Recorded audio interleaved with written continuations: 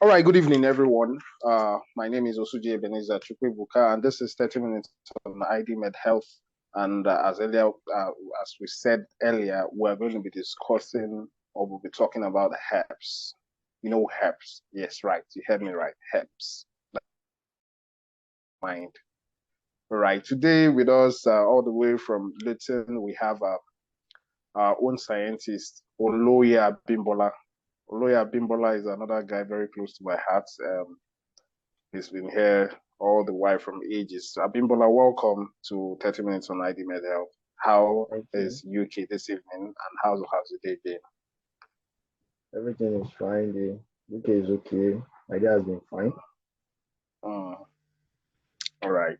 So how is the weather? How is weather down there? And I guess it should be spring or something down there. How is it? It's friendly compared to the winter. Oh, okay. All right. So, Abimbola, well, herpes is one of the things I should think one of the whenever we call herpes, we see that very crazy. As a scientist, as someone who is very conversant with this in your clinical experience, what is herpes? Or what do you think? What is herpes? What do you think? Okay, herpes. Herpes is an infection that results from infection with herpes simplex virus. And this virus actually belongs to a family of the herpes. It belongs to a family of an herpes viralis family with of double-strand DNA virus. So this herpes, when it happens to someone, it causes blisters and cause sores around the mouth and genitals of the individual. Okay, so is there something like say an incubation period? Like in HIV, they tell you can have it, but then it will be developing till for like 3-6 months like that before you can be able to detect it in the blood samples and the body fluids as such. Is there anything like an incubation period for herpes? Yeah, there is an incubation period. It's 2 days to 2 weeks. It varies on individual. 2 days. Okay, 2 days. Yes, to 3 weeks. Yeah, to 2 weeks. It varies in individuals. Days for some individuals, it can take as long as 2. Be able to spot it in the body samples. No, you won't be able to spot it. You won't be able. For some, a lot of herpes cases are asymptomatic. So definitely, you might not even see symptoms, especially the herpes too. They are asymptomatic. Like 89% of the cases are asymptomatic. You'll be able to detect it, except you go for tests. And since someone is not feeling the symptoms, you will not see need to go for the test. You will just ignore it. Yeah. There are 2 types of herpes.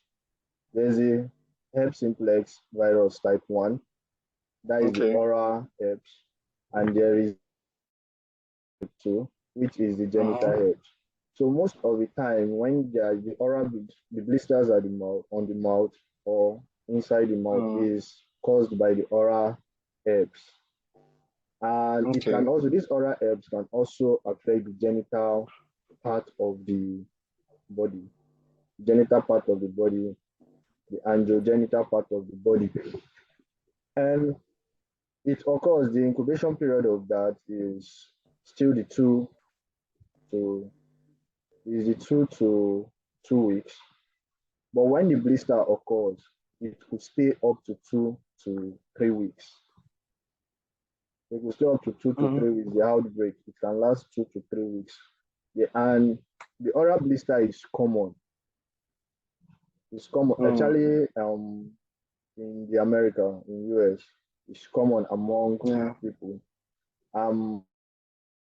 It's common among I think 63%, common among 63% of under 50 years old adults, 14 to 49 years.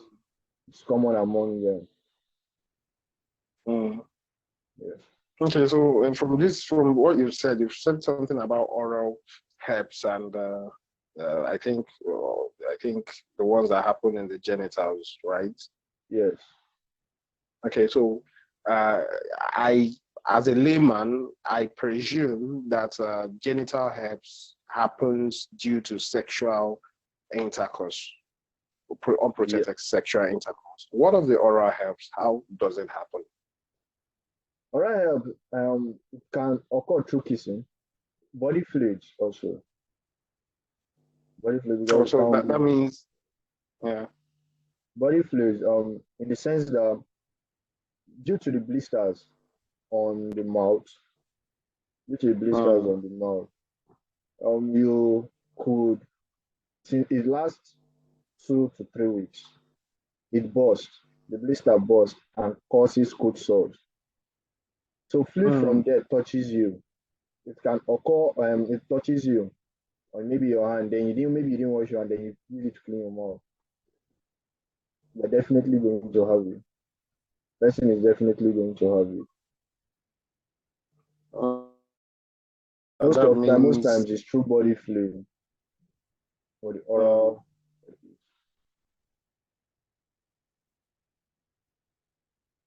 oh, okay. So thank you, Bola. It's understandable now that for those of us that feel that it's just through sexual intercourse also, you should be careful about how you share kisses also, because some people can be harboring this virus and you get it by thinking it's just sexually Yes. transmitted. And You can get also, it even from, yeah. I'm and sorry, I'm also, sorry, emphasizing on kiss. okay. And also, for the genital herpes, someone could also have the blisters on the mouth through oral sex. Okay, okay, okay. So you heard him yourself, right? That you can have it through oral. So Or how is it tested for that? That's another question. So let's just quickly talk um, about that. You are a scientist, so I think huge for you to. the test are complicated ones, and they're also because most of what most people do through the diagnosis is most physicians what they do through the diagnosis Mm, is they check for blisters around the body, around the core areas, the, the mouth and the mm, genital parts. They check for blisters. So it's going to be inappropriate for hotel management to always be telling people that wants to swim, take off your clothes. We are trying to check for blisters. It's going to be quite inappropriate. But it's also possible for individuals to also check themselves because there are various tests you can actually do for that. There's the PCR, the screening, and there's also okay. collection through swab, the the area of lesion, that is the blistered area, and do culture, viral culture on it to know. Definitely, since you are doing culture on it, it's going to take days. It's not something that you're going to get the results immediately. Even the PCR too, they're not getting the results immediately because all these are processes. And due to it depends on the country where the test is being carried out. Using a developing country, definitely is going to take days, maybe 2 or 3 days due to the process. Mm, In developed countries, it will take a day to mm, get the results. So that is how it works. So for the diagnosis, there are the viral culture and also the polymerase chain reaction test for the examination. That is the checking of the blisters, cold sores around the oral part and the genital part of the individual. mm. So thank you so much, Bola. So of course, Bola have in a in a nutshell, recounted about what it looks like for the test of herbs.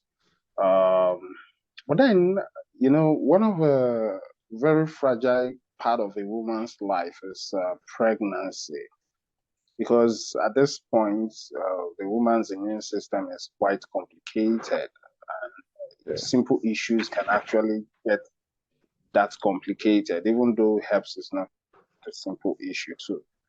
Uh, we are also looking at the possibility of transmission of down to the unborn baby. So now the question is, are there any special uh, complications of herpes in pregnant women? And this includes, is it even possible for the unborn baby to be affected by this virus? Yes, there are complications, but it's possible for the baby to be affected by it. Transmission of maternal fetal neonatal herpes simplex virus is possible, but it's rare because there are drugs that help reduce the effects. There are drugs that help reduce the effect Okay. of herpes on the body, antiviral drugs. So there are precautions, there are things that can be done to reduce the adverse effect on it from pregnant women to the baby. Taking of drugs and also cesarean section is also advisable in some specific cases. In some cases, cesarean section advisable since the child, the affected area are the genital parts. So definitely, if they are not going through cesarean section, they are not going through CS. The child is going to come out from there, definitely get in contact with body fluids from there direct. Inside the body, for some people that do take the drugs, because there is no cure for herpes yet. But there are drugs that they use, antiviral drugs they use to reduce to reduce the effect. The acyclovir, valacyclovir, and famiciclovir. Those drugs they help reduce it. They are also off-counter the effect of itching, but those ones don't reduce the effect of the herpes itself. So these three drugs they help reduce the effect of the herpes.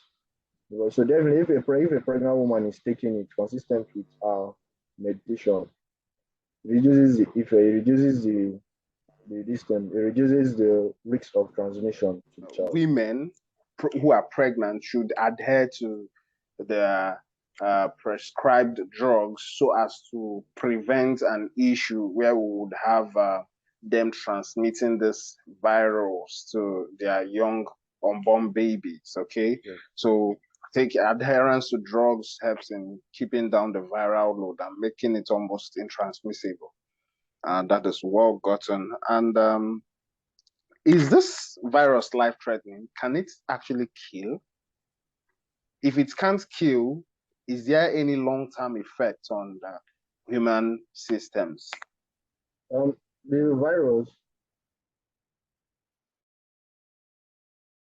really life threatening, but it has a long term Okay. effect on the body. In the sense that it Okay. weakens the lymph nodes, it weakens the body system. So it definitely exposes the body to other infections easily, reducing your immune system. Definitely exposes the body to other infections, tough infections.